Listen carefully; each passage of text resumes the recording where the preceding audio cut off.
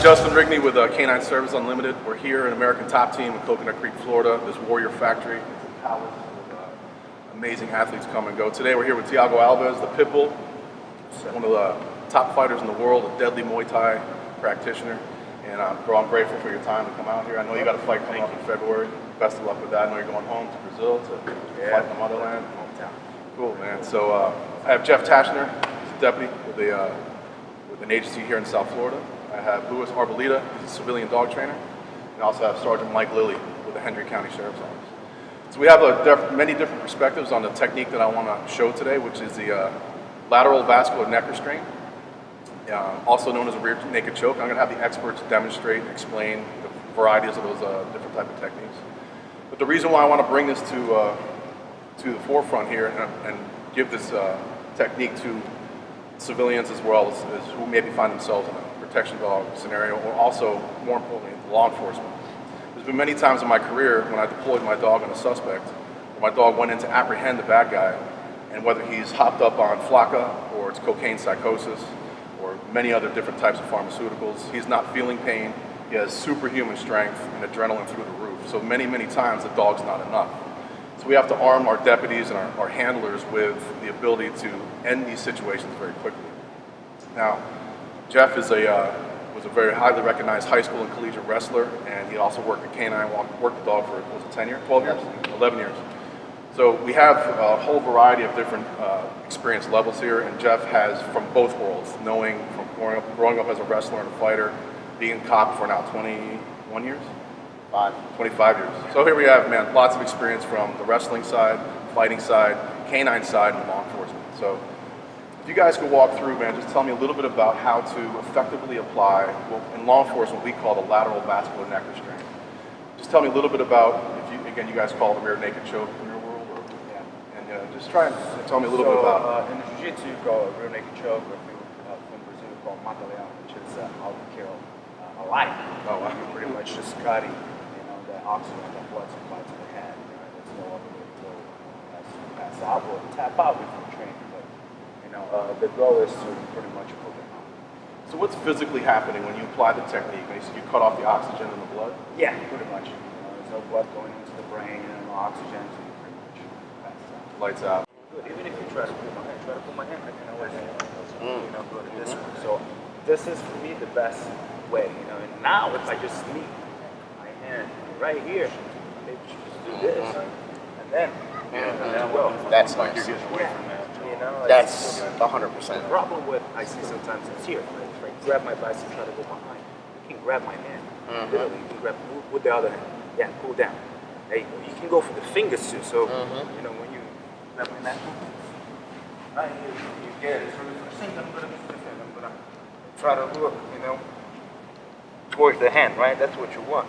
So if I'm right here and you're squeezing, it's going to be a fight now, right here. So as soon as I do that, all you got to do is just pull your hand towards you, look back, and grab your hand, 5 fingers. So that's the 5 fingers. And now you're going to put your head right next to my neck. Now you're going to twist this a little bit. Yeah. So that's the variation. I know when sometimes people, but if you go behind my head right away, just grab my shoulder. And then this hand, just go behind my head. Now just grab your forearm. Try to place your forearm. But the main thing with that, real important, is this. Yeah, you got to put the pressure.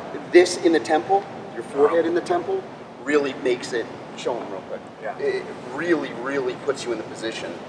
So we'll have the variation, the evolution of, the real naked choke. So when you see, when the Gracies came into play in UFC and everything, whenever he gets the back, he goes with the palm, behind the neck, right? That's a regular real naked choke. I think you've seen it many times. So what you do is, keep your head down, you're going to squeeze and put pressure forward, and then eventually he's going to tap. What was happening is, people, with the palm behind the head, it's easy for you to make a grip with your left hand and pull down. Then sometimes guys pull down, and then you lose a choke. So what you do is to defend, to counter that. As soon as I feel he's pulling my hand down, what I'm going to do, I'm just going to adjust my grip to the 5 fingers. And now I'm going to put forward pressure, and I'm just gonna twist, my right hand towards my right side a little. So you're pushing with your cheek to the back of his head. Yeah, you gotta imagine, you got his neck here, so I'm pulling pressure forward, right? He's locked over here, he's not gonna go anywhere. For me to really, if I just hold it here, yeah, I can choke him out. It's gonna take a little bit longer, but he's still gonna go out. For me to speed it up, that process, I just twist, my forearm inside of his, neck, and then squeeze. Just so you know, this is the longest I've ever heard this dude not talk. What I'm gonna do is I'm just gonna squeeze tight, and that's it. So this way, there's no way he's gonna be able to fight that. As soon as you get this hand here, boom, get this one behind, and just hug your biceps if you can. Even not, if you just put your fingers here in the forearm, you're gonna be fine. Just squeeze it. You're liking this way too much. This is like the fifth time you've done that already. Nelson or sleeper, but it allowed us to detain one arm and made it incapacitated. So maybe you can show me a technique that helps retain the weapon as well. Okay, so imagine that you're right-handed. You have a gun on your right hand, so you'd want to immobilize whatever arm you're on the side of. So in wrestling, you always want to make sure that you control the underhooks, right? Because if you have the underhooks on you, he's gonna be able to throw you around and do whatever he wants with you, pretty much. Right. So I would think, I don't have much experience with weapons retention, but I think the principle should be the same. Always controlling the wrist, controlling the elbow, make sure that he doesn't come into you. So very basic one, right? If I'm right here, the guy's reach for my gun, I can always control the wrist first, and a simple, Americana. I'll just step around here, try to grab my own, wrist with it, and now I'm gonna make sure that I put his hand towards his butt, all the way behind his back. So I'm gonna go over here. Gotcha. And from here, you can try to secure, go for the choke from there as well. Powerful lock right here. So if I'm right here, if I have his hand, usually he's not gonna do anything with it. Sometimes, he might fight you out and everything, so it's always, good to close distance, and from here, just go for it. And when you're yanking, you can point towards his back, right? Boom, right away, and then you can always grab, the neck. And so if I grab here, it's not just going to be to go for a choke. It's not just going to be weapon retention, locks. When I come here to grab him, something's probably going to come up to my face. Right. Well, this elbow, yeah, these knees. So before I close my distance, I'm right here. So if it comes to grab my gun, first I'm going to try to stop that. And from here, this distance, usually I use elbows and knees. Right. So I'll just frame him over here, or I can just slice him up, as it comes in. Huh? That's not really practice. Yeah, okay. But, just that's point that just out. a little example of before, this is one way to stop it, but, just like fighting, footwork is everything. So as it comes close, I'm stepping away. If I feel that he's coming a little close, I can always step away, get my distance, and then you can draw your weapon or something like that. But I think the main thing is to control the wrist, the elbows, and all that. Let's say that he bites him on the inner arm. Boom, he's there. The guy's actively fighting my dog, trying to hurt. As Mike gave an example earlier, he had a guy gouging his dog's eyes out.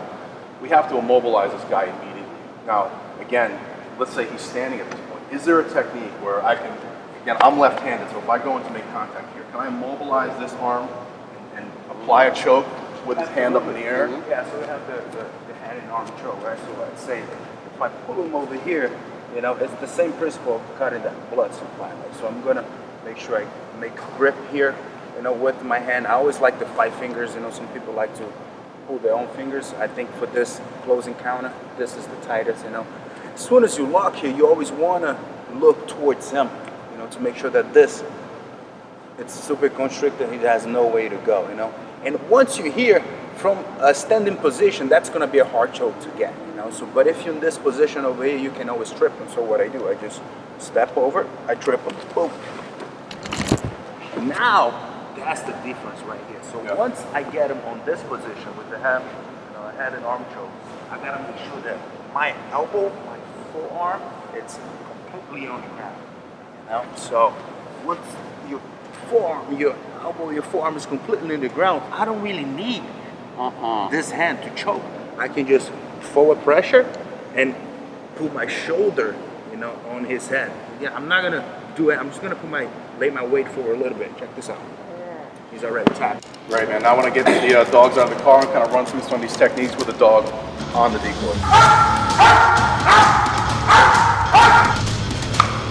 So there's two ways I can do this, guys. I neutralize this arm over here, so I grab the arm with the head, and sometimes from this position it's gonna be hard. The best way for you to finish this, you gotta trip him.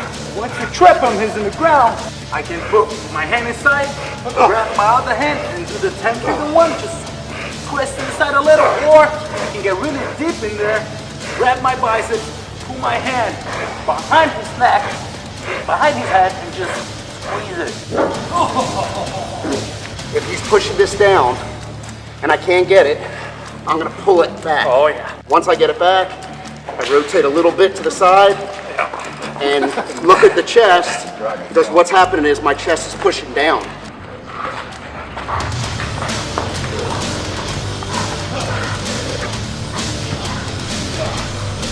Right in here, rotate it. Good. When I rotate it, I'll come up here, like this, lock it in, and then rotate it. In a situation like that, I want to make sure I grab all the way to the neck, make sure I secure my hand behind, the shoulder over here. And then, again, there's two ways. You can go palm up, but most likely in this situation, he's not going to be able to reach because he got a dog on him. Once you palm up, you grab your biceps inside, and then you just squeeze, and that's lights out.